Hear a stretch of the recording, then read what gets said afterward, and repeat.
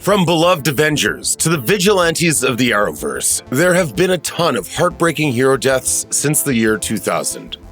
In 2005, there was a lot of hype leading up to the DC Comics event Infinite Crisis. As a long-awaited sequel to the beloved Crisis on Infinite Earths, there was certainly a lot that the Jeff Johns penned series had to live up to. In the one-shot Countdown to Infinite Crisis, Johns and his team set the stage for the massive intercompany crossover centering on a story led by the often overlooked Justice League member Blue Beetle. Not to be confused with his successor, Jaime Reyes, Ted Kord doesn't have superpowers and instead uses his wealth to build his own equipment, like Batman. But after Kord loses his fortune, he tracks down the thief to Checkmate's base in Switzerland, where he's confronted by his one-time ally, Maxwell Lord. Lord, who had previously worked with Kord as a member of the Justice League International, offers the hero a chance to join him in his mission to wipe metahumans and superheroes off the map. Kord declines, but Lord is unwilling to let Blue Beetle walk free, shooting him in the head and killing him instantly. Unlike most comic book heroes, Ted Kord remained dead for a long time, with Jaime Reyes taking the mantle of Blue Beetle from the fallen hero. Although Kord is alive and well now following a company-wide reboot, his brutal death was beyond shocking at the time, and it had major ramifications throughout the DC universe. After two incredibly successful X-Men films, director Bryan Singer bowed out of the third installment to take on Superman Returns, and he took actor James Marsden with him. The results were pretty disastrous for X-Men The Last Stand, as Marsden's Cyclops ended up essentially written out of the trilogy's end. After Jean Grey is resurrected as the Phoenix following her demise at the end of X2, she pulls Scott into a seductive embrace and kills him off screen. While Cyclops had been a main cast member for the previous two features and the field leader of the team, he doesn't even suit up in The Last Stand. Following his death, Wolverine and Storm take over leadership duties as they battle against the now villainous Jean Grey. To stop her from ending all human and mutant life, Wolverine is forced to kill Jean in a shot that mimicked her second comic book death a few years prior. Save me.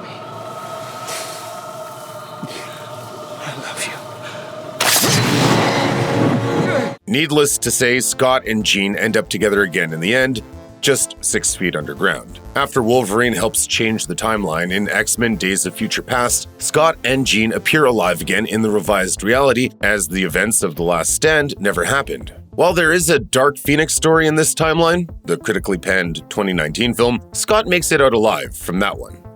By the time Infinite Crisis began, the entire DC universe was in flux. Much like the first Crisis event, this limited series rocked the world of DC Comics and served to rewrite the timeline once more, restoring old origins and worlds in the process. Along the way, the villainous Superboy Prime hopes to wipe out the universe. Thankfully, Superboy, the clone of both Superman and Lex Luthor, who goes by the names Kon-El and Connor Kent, arrives just in time to save the day. Sadly, things don't go exactly as planned. A host of heroes, including two Supermen, Batman, Wonder Woman, and their protégés, arrive too late to save Superboy, and the Boy of Steel dies of his injuries after fending off Prime from destroying the world. Although Superboy isn't able to stop the tyrant on his own, he gives his fellow heroes the final push they need to save the multiverse. Superboy would remain dead for a long time in the DC timeline, though he'd be resurrected only 3 years later in real-world time. After his death, Connor's body is placed in a holding chamber for 1,000 years before being reborn in the futuristic world of the Legion of Superheroes. At the end of Marvel's Civil War, the comic book, not the movie, Captain America surrenders to S.H.I.E.L.D. to end the conflict between superheroes. Hoping to make amends with Iron Man and keep his fellow resistors out of prison, he believes that the only way to truly end this conflict is to give himself up. As he's taken into custody, Cap is shockingly assassinated on the steps of the courthouse by Crossbones under the orders of the Red Skull. Unsurprisingly, though, there turns out to be a conspiracy afoot. After the death of Steve Rogers, his former partner and reformed assassin Bucky Barnes picks up the shield, working alongside the Avengers and Cap's modern-day sidekick Falcon to discover the truth behind Steve's assassination. Years later, in Ed Brubaker's follow-up, Captain America Reborn, the entire truth is revealed. Red Skull had brainwashed Sharon Carter into shooting him on the steps, sending his consciousness forward and backward throughout time. Eventually, like most deceased comic book heroes, Steve was restored, reclaiming the mantle of Captain America as Bucky returns to his role as the Winter Soldier. Still, the Marvel Universe wasn't the same without Captain America, and while others may don the red, white, and blue for a while, there will never be another Steve Rogers. Speaking of heroes who died only to find themselves scattered through time, writer Grant Morrison killed off the Dark Knight himself in the 2008 event series Final Crisis. Meant to be the end of the Crisis trilogy, Final Crisis saw Darkseid fight to claim ownership over the DC Universe, even extending his reach beyond just one world. Leading up to Final Crisis, Morrison had penned the Batman R.I.P. story arc, which deconstructed the hero's vast comic book history and nearly killed him in the process. However, Batman's actual death would occur in Final Crisis after he mortally wounded Darkseid. Batman's comic book death was shocking to all who witnessed it, and the build-up towards it was impressive. Following Wayne's demise, his protege Dick Grayson adopts the cape and cowl as his own, carrying on his mentor's legacy for nearly 2 years. Of course, Batman could never stay dead, but this shocking conclusion that saw the end of the Dark Knight rippled throughout the comic book and real worlds alike. As it turns out, after Darkseid had used his Omega beams on Batman, the Dark Knight was sent through the DCU timeline as he slowly regained his memories of his life as Bruce Wayne. This is chronicled in Morrison's limited series, Batman: The Return of Bruce Wayne, which eventually restores our hero to his rightful place in Gotham. Whenever a direct comic book adaptation is brought to the screen, chances are that we already know how it's going to end. But even if we know what's coming, the ending can still be just as shocking if it's done right. This is certainly true with Zack Snyder's adaptation of the iconic graphic novel Watchmen. Although longtime fans of the Alan Moore story knew exactly how the film would end, that didn't make the finale of Snyder's version any less impactful. After it's revealed that Ozymandias has perpetrated a nuclear attack on the world's biggest cities, framing Dr. Manhattan in the process, the former team decides that they must allow the near-omniscient being to take the fall to maintain world peace. Well, except for Rorschach, who believes that the world has a right to know. Never compromise. Not even in the face of Armageddon. Rorschach refuses to back down, choosing to die for his principles at Dr. Manhattan's hand rather than live a lie. The moody anti-hero is vaporized, but his words remain. The end of Watchmen reveals that Rorschach's journal, containing information about Ozymandias' plan, has been leaked to the press. The truth lives on for those who choose to listen to it. Before the Arrowverse stretched across multiple time slots on the CW, many of DC's finest found themselves in Smallville. Over the course of 10 seasons, this Superman origin story dove deep into the comics' continuity, introducing Clark to heroes like Cyborg and Aquaman years before their big screen debuts. Not every hero would make it through the series' end to establish the Justice League, though. Case in point, Carter Hall, the hero known to the world as Hawkman. In the episode aptly titled Icarus, the villain Darkseid uses his influence on the people of Metropolis to change their perception of vigilantes. This includes the U.S. Army General Slade Wilson, who makes it his sworn duty to detain and destroy the world's greatest heroes. After Lois Lane uncovers Wilson's plan, he threatens her life at gunpoint, but she's saved by Hawkman at the last second. As Hawkman battles Slade, a gas explosion blows out the room, forcing the winged hero to catch Lois before she's consumed by flames. Hawkman manages to get Clark's fiancée out safely, but it's at the cost of his own life. As Carter dies in his friend's arms, he embraces his next adventure and is hopeful that he'll be reunited with his wife in their next life. Hey, I'm a pro at dying, remember? The episode ends on a somber note, with the Leaguers burying their colleague as his sacrifice is honored by all. No superhero's death has been the topic of such fiery debate as was Darwin's in 2011's X-Men First Class. A mutant with an ability called reactive evolution, Darwin embodies his namesake by being able to adapt to just about anything. In the comics, Darwin is a strange, almost alien-like mutant who's been around since the early 21st century, though in the film, much like his fellow mutants Beast and Mystique, he looks mostly human when he wants to. Upon an attack from Sebastian Shaw and his Hellfire Club, the newly formed X-Men are faced with a choice: join Shaw and abandon their values, or stand with Professor X and Magneto on the side of justice. Well, with just one exception. The X-Men make the right choice, even if it has deadly consequences. adapt to this. Unfortunately, the versatile mutant isn't able to survive Shaw's killing blow. Eddie Gathegi, who portrayed Darwin, wasn't exactly pleased with his character's fate. He told comicbook.com, "I thought that was a huge miss, killing Darwin, and I think Darwin does deserve redemption." Most fans agree and consider the character's premature death a stain on an otherwise solid superhero movie. When the X-Men make their way to the MCU, perhaps Gathegi could get the opportunity to reprise his role and show off Darwin's true potential.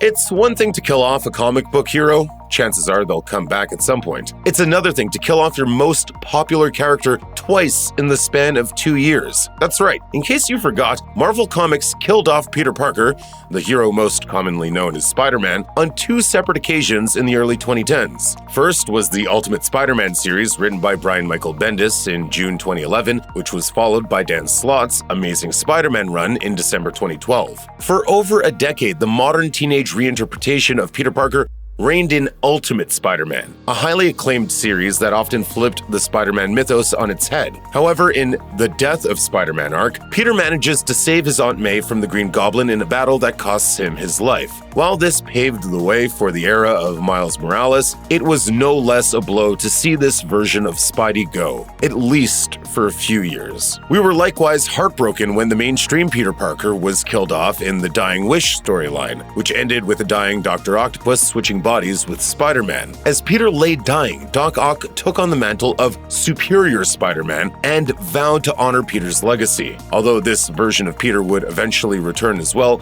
Dying Wish was certainly a tough arc to get through.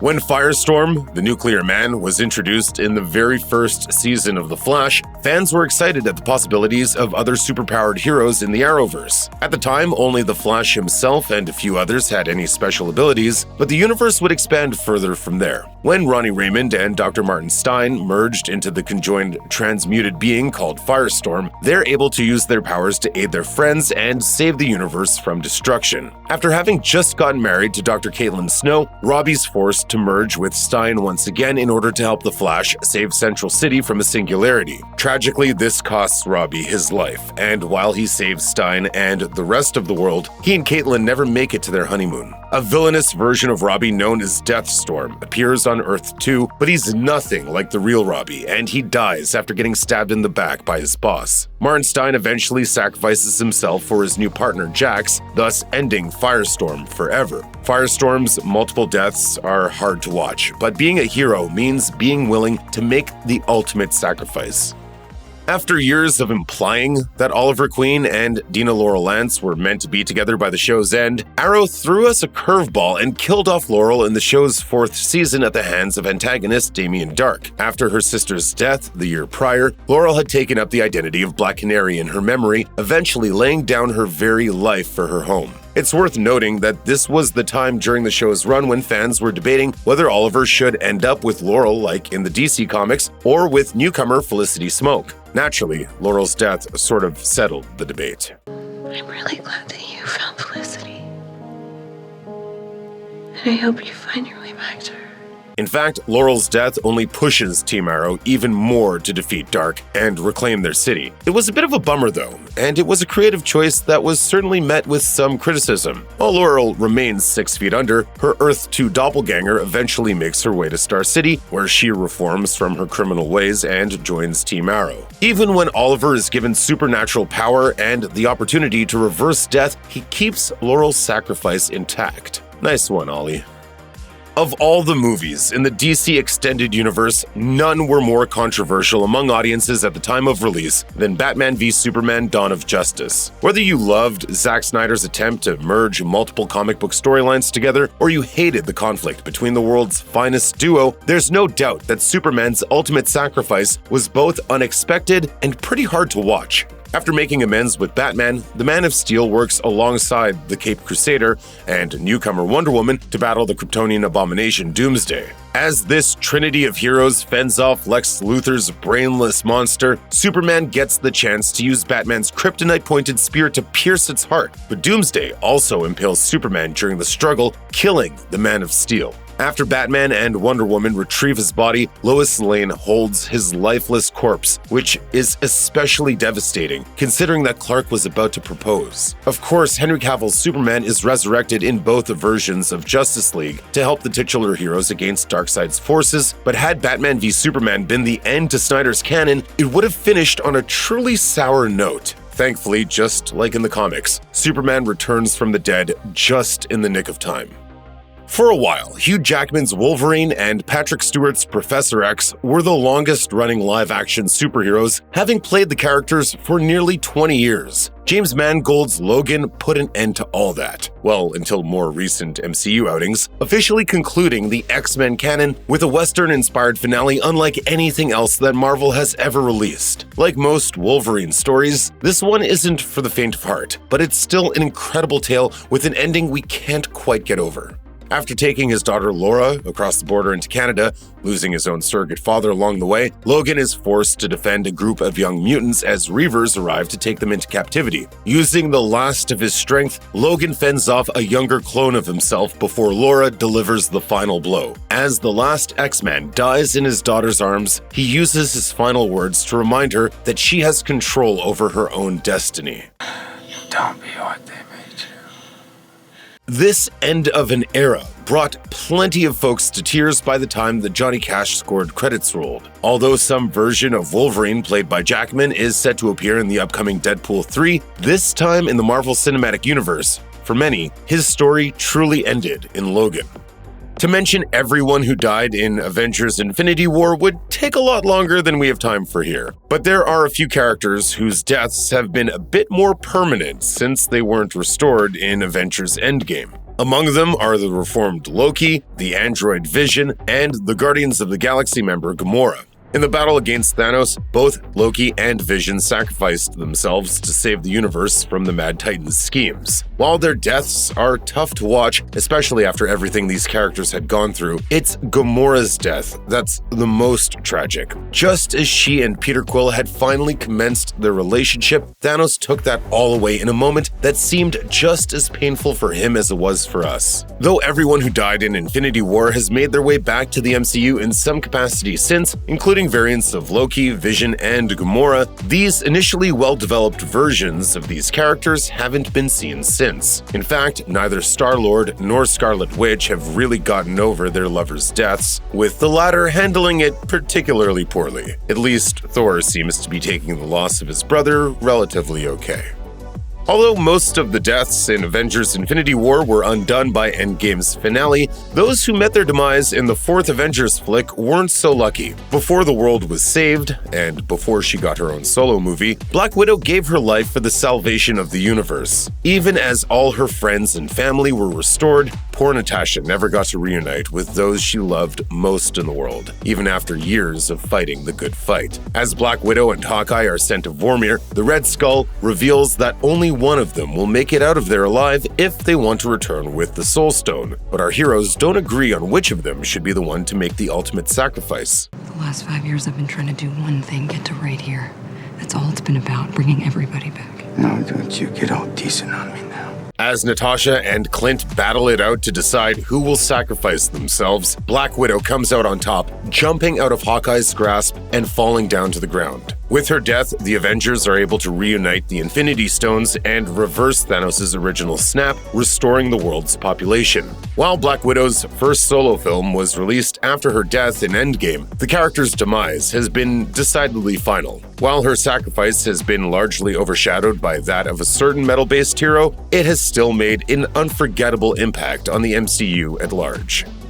As the hero who started it all, Robert Downey Jr.'s Iron Man is easily the most recognizable face in the Marvel Cinematic Universe. Beginning with 2008's Iron Man, Downey Jr. played Tony Stark for over a decade before Avengers Endgame premiered. All in all, Stark appeared in 10 movies across the MCU before his passing at the end of Endgame. After Infinity War, Iron Man, like everyone else, was left defeated with little hope for the future. Then he had a daughter, and his family became his sole priority. So when the Avengers come up with a plan to reverse Thanos' snap, it's no wonder that Stark is leery of messing all of that up. However, after the Avengers manage to recover everyone who had been turned to dust, Thanos arrives to reclaim the Infinity Stones and remake the world in his own image. He's stopped by Stark, who uses the stones to make the ultimate sacrifice. As Iron Man uses the stones to erase Thanos and his forces, they drain the life out of him. Thankfully, most of his loved ones, including his best friend Rhodey, his protege Peter Parker, and his wife Pepper, are there to see him off. Pretty much everyone in the Avengers can be seen at Tony's funeral soon after. Needless to say, Iron Man's death led to plenty of misty eyes in the theater. Then again, that's the hero gig. Part of the journey is the end. Speaking of starting a greater universe, while Iron Man launched the MCU, the Stephen Amell-led Arrow began the CW's DC Comics-inspired Arrowverse in 2012. What started as a grounded attempt to retell the Green Arrow legend became the bedrock for a series of connected superhero shows, bringing the heroes of DC Comics to life on the small screen. As Oliver Queen developed from a bloodthirsty vigilante to the leader of a group of heroes, he became willing to lay down his life for the sake of the universe.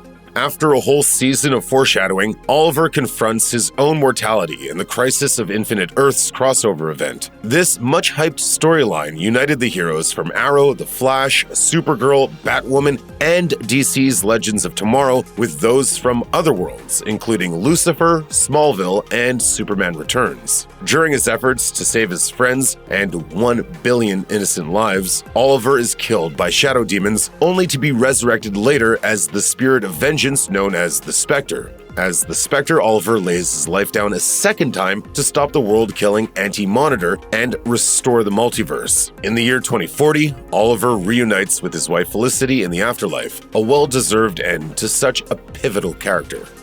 From the very first episode of The Flash, it's teased that, just like his comic book counterpart, Barry Allen will die in the forthcoming crisis. While this ultimately proves true, it doesn't happen in the way many expect it to. Instead of the Grant Gustin Flash meeting his end during the Crisis on Infinite Earths, the Flash from the short-lived 1990s The Flash series, played by John Wesley Shipp, gives up his life for the universe in a scene that perfectly mirrors Barry Allen's comic book demise. Fans of the original 90s series rejoiced when Shipp returned as the original live-action Barry Allen in the Arrowverse's Elseworlds crossover back in 2018, but his return was short-lived. Shipp had previously played Barry's father Henry Allen on The Flash, as well as the Earth 3 variant Jay Garrick, but his second return as the original Barry is particularly heartbreaking. As Gustin's Barry says goodbye to his best friends, he's about to fulfill his destiny, only for Shipp's Flash to step into the antimatter cannon instead, tearing him apart. Novu said the Flash must die in crisis. He never said which one. After years of fear that Barry Allen might die on The Flash, these fears were ultimately realized in the Earth 90 Flash's demise. But even if it isn't Gustin's Flash who sacrifices himself, the death of Shipp's Flash is one of the most tear-jerking moments from the highly anticipated 5-part mega crossover.